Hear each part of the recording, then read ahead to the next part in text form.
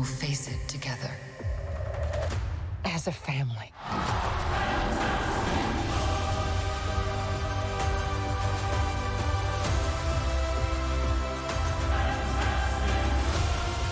What time is it, Ben? No. Clobbering time! What time is it, Ben? No, John. Clobbering time! Say it! Just say it, damn it!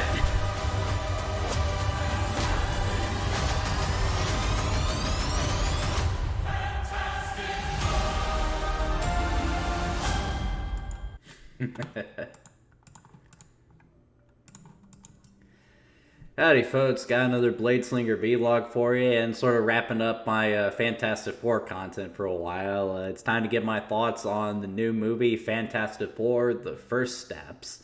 Already talked a little bit about this during my showcase of the Fantastic Four 2005 video game, but I wanted to give some more complete thoughts on this one, but I wanted to let it sit for a week like I did with Superman before I said anything. And even after mulling over it for a bit, yeah, Fantastic Four: The First Steps is a fantastic movie by all accounts. Definitely one of the best Marvel movies that has come out in a long time, but it's nice to see that they're having a string of good movies again.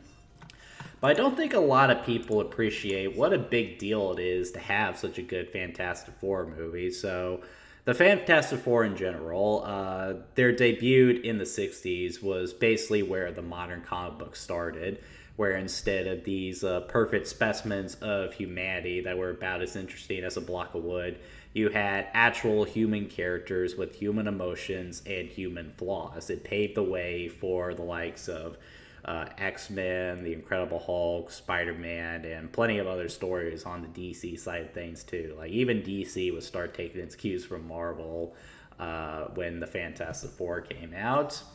However, apart from some okay cartoons here and there, the Fantastic Four has always struggled with adaptations. The first attempt was actually in 1994 by none other than B-movie man Roger Corman. However, this film was never actually intended to come out. It was basically a production that was intended to maintain the film rights to the Fantastic Four so that the studio behind it could work out a deal with 20th Century Fox to make the actual Fantastic Four movie, which eventually came out in the form of the 2005 film. When the 2005 film came out, it got a mostly negative reception, but over the years, people have come to re-examine it and its follow-up, Rise of the Silver Surfer, in a more positive light. While most people agree that this isn't a terribly good adaptation of the series, there are some things that they got right with it. And it's a hell of a lot better than what we got later with Fantastic Four, or Fantstic, as a lot of people say. This is often cited as one of the absolute worst comic book movies of all time. It was so bad that Marvel actually requested that they take the Marvel logo out of it, and they even stopped producing Marvel comics for a while as well. Like, they just wanted nothing to do with this film. It was that bad. So when it was announced that 20th Century Fox was bought out by Disney, and that the Fantastic Four would see an entry into the Marvel Cinematic Universe, people were excited. Until the MCU started to go downhill following the release of Endgame. Like, it's kind of hard to be excited for films when you got shit like The Eternals coming out. Thankfully, they got a smart team of people to work on this one. And it's, of course, coming much later in, the MCU's dry period. We're starting to get some decent movies like Brave New World and the Thunderbolts. And well, they're definitely continuing on with this new string of hits with Fantastic Four: The First Steps. So what is this film about? Well, for those of you who don't know, the Fantastic Four are Reed Richards, Sue Storm, Johnny Storm, and Ben Grimm, 4 astronauts who, during a space expedition, find themselves exposed to cosmic rays and develop superpowers. they become superheroes, and within the context of the film, they've been superheroes for a couple of years now. They are not only world famous for their heroics, but they're also leaders in industry, politics, all that stuff. So they're pretty well known, but they soon find themselves facing their greatest challenge ever when the Silver Surfer appears and informs them that Earth has been marked as the next target for Galactus, the planet-devouring cosmic being that the Fantastic Four have no chance of defeating. In hopes of saving the Earth, they go to bargain with Galactus, but the price he names is too great. He wants Reed Richards and Sue Storm's soon-to-be-born son in exchange for sparing the Earth. They, of course, cannot name that price, and thus must find another way to deal with Galactus or risk their planet being destroyed forever. Okay, so a lot of smart moves were made with this movie. The first thing that they got right was that they set this film in another dimension rather than the traditional MCU continuity. And that is a strength, primarily because this is the first Marvel Cinematic Universe film that has come out in a long time that you do not need to do any homework to watch. With Thunderbolts and Brave New World, part of the problems I had with that movie is that they're very unfriendly to newcomers. There are 2, maybe 4 movies that you have to watch to understand everything. You don't have to do that with Fantastic Four, and that's really good for general audiences who might not be familiar with this. If they're just looking for a Fantastic Four movie, they can go see a Fantastic Four movie. They don't have to worry about it being connected to the Marvel Cinematic Universe. The other thing I really like about this movie is that they do not cover the Fantastic Four's origin story. When I heard they were doing another Fantastic Four movie, I thought it would cover a lot of the same ground that the first two attempts did. And I'm glad that they decided not to do that. They have all these characters already developed, fully established, and the reason they did that was because everyone knows the backstory of the Fantastic Four. You don't have to cover that again. It also allows them to avoid some of the other stuff that typically shows up in Fantastic Four adaptations. There's none of that stuff with the Thing having to come to terms with his mutation. There's nothing about Reed Richards working hard to find a cure for him. With the will they won't they of Reed and Storm getting together, or the military putting their nose into the Fantastic Four's business. They've had time to come to terms with all of that, and what this film is basically about are the 4 defenders of Earth facing a challenge that they never thought they would ever have to face, and trying to find some way, any way, to defeat that. And that is the other thing that I really like about this movie. This film goes all in on the Galactus plot.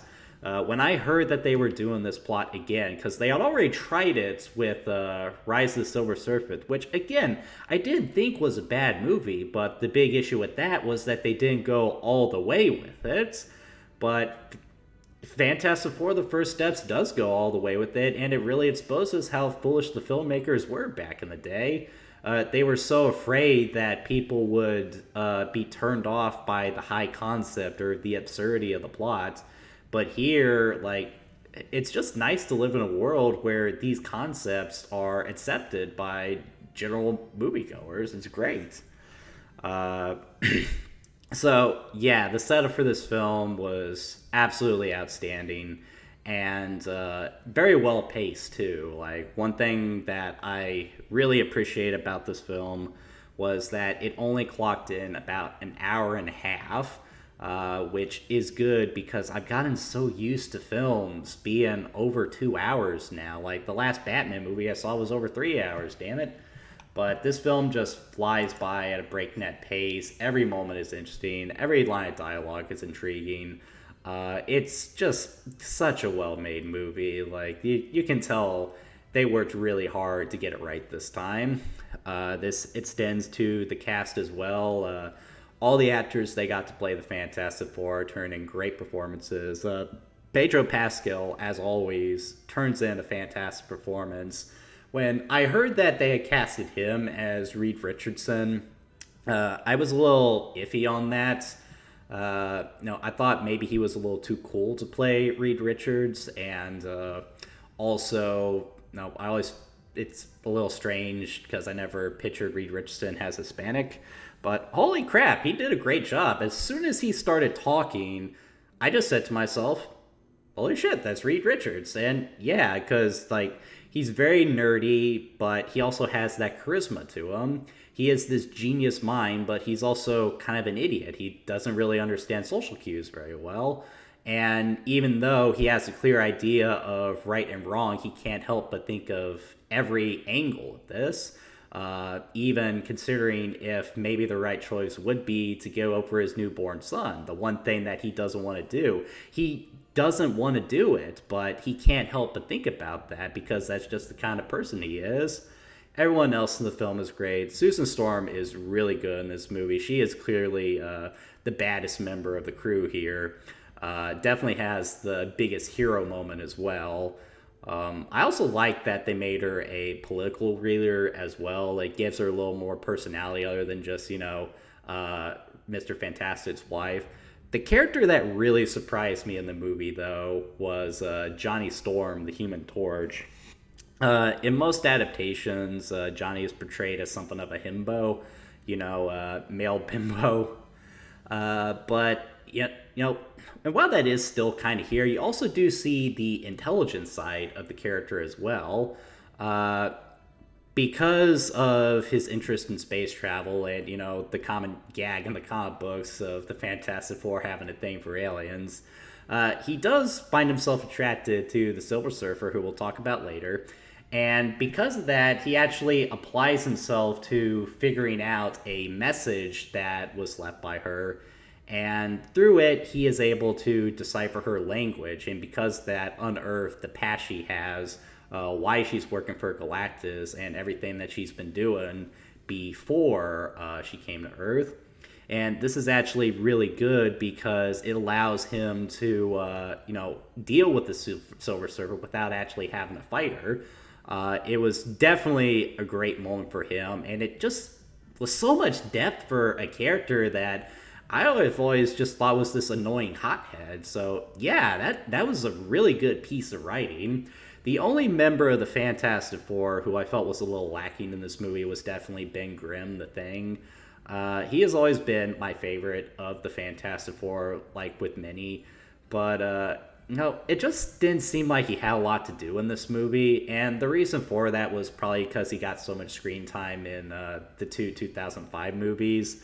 The 2005 movie focused heavily on his mutation and how that affected his life moving forward, but here they skipped it, and while that is a good thing because it's not covering the same ground, it was just kind of hard to really see what his purpose in the overall plot was, aside of being, the lovable tough guy. I also wasn't a big fan of the actor who portrayed him. Now, that's not to say that he didn't do a good job, and I do like the actor in the show The Bear, but I don't know. Every time he opened his mouth, it just felt like there was someone other than the Thing coming out of it. With every other character in this movie, I felt like I was watching something straight out of the comics, but I was constantly taken out of it listening to the Thing. But that's just my own personal opinion. The Silver Surfer, ever since it was announced that they were using a female version of the character, everyone was, of course, up in arms. Even I will admit that I didn't like the choice because the Silver Surfer is just such a defined character. I didn't think it was one that was appropriate to gender swap, which you can get away with. Marvel has gotten away with it with the character of Ghost. But that was before I was aware of the fact that there was a female variant of the Silver Surfer. And of course there's a female variant. It's the multiverse, damn it. But even then, I still wasn't sure about it. But I actually do really like the choice now that I think about it. Because I think back to the Silver Surfer in Rise of the Silver Surfer, and he was portrayed great there too. But, his connection with the Fantastic Four, what ultimately swayed them to his side, always felt a little shallow to me because, it was because the Invisible Woman looks like his lover back on his home planet. I'm like, okay, that's really shallow. But here, even though there is some romantic tension between her and the Human Torch, for most of the movie, the Silver Surfer is just very cold. She just explains to them what is coming for the Earth with very little emotion. And even when the Fantastic Four show up to talk to Galactus, she still maintains that cold demeanor, and that's because she acknowledges the role that she's played in all of these horrible actions, and it's just her way of dealing with it, emotionally detaching herself from it. When Johnny confronts her and forces her to confront that, it's actually a really powerful moment, and that's why it works so well, because it not only provides depth to her character, it provides depth to Johnny's character. You even see some connection between her and Sue Storm, because it's implied that the reason she chose to become Galactus's herald was because she had a daughter and she wanted to protect her from him, much like how Sue Storm and Reed want to do the same thing for their child. So yeah, she was a really good character. Again, really strong writing. Galactus, holy hot damn. One of the things that pissed people off about his appearance or a lack thereof in The Rise of the Silver Surfer was the fact that instead of actually showing the character, he was just depicted as space clouds. Infamously referred to as Cloud Galactus or something. But here you see Galactus and his full glory, and it is horrifying. When they go to meet with Galactus, for non-comic book fans who had no idea who this character is, they're probably thinking someone along the lines of Thanos, just this really big guy with a lot of power. The revelation that he's just this enormous space giant, the appearance is just crazy, and it's fitting for the movie too, because in that moment, that there is no fighting this guy. They are either going to have to accept his bargain, or they are going to have to get really creative to fight this guy. It all builds to a thrilling climax, and God, it's so good. That being said, I did have some faults with the movie, and Galactus really is the big one here, pun intended.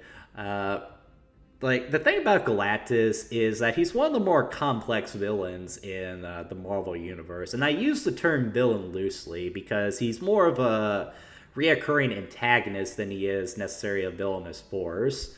While it is true that he is the devourer of worlds and, he eats planets and all that stuff, it's not necessarily out of any real malice. It's just what he has to do in order to survive.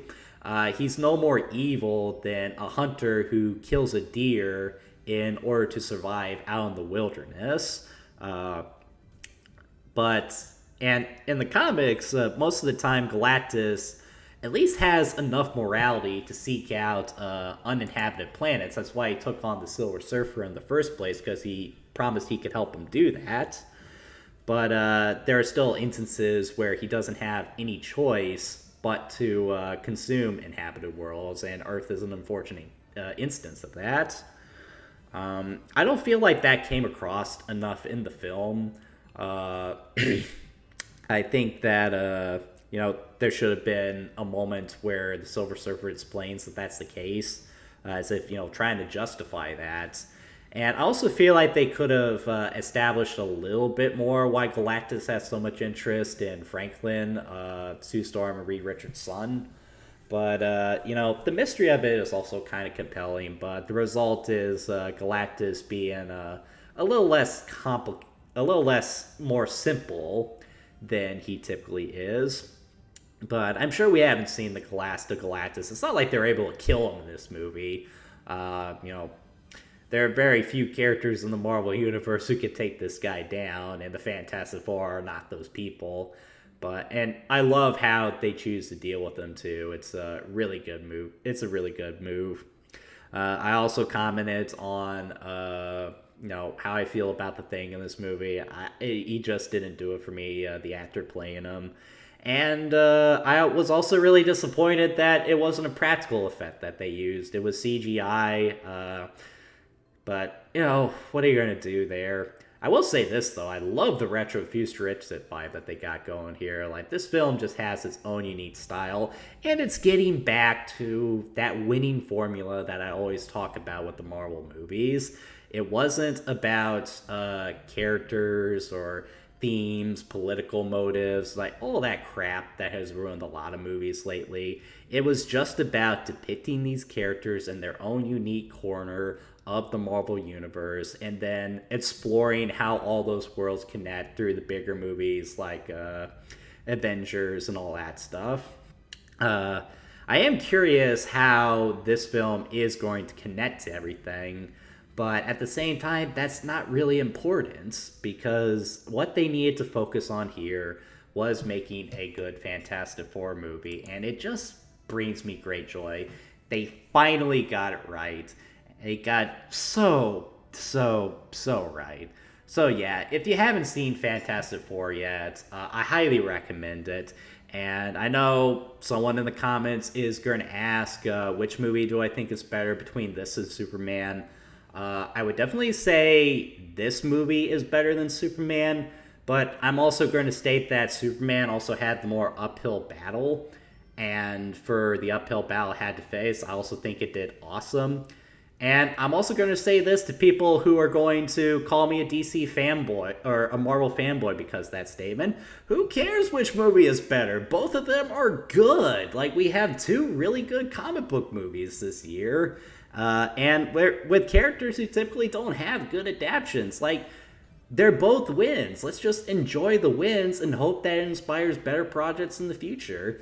Like, the Fantastic Four is finally in a good movie on the big screen. And, this could actually be the film that pulls Marvel out of that rut they've been in for a while.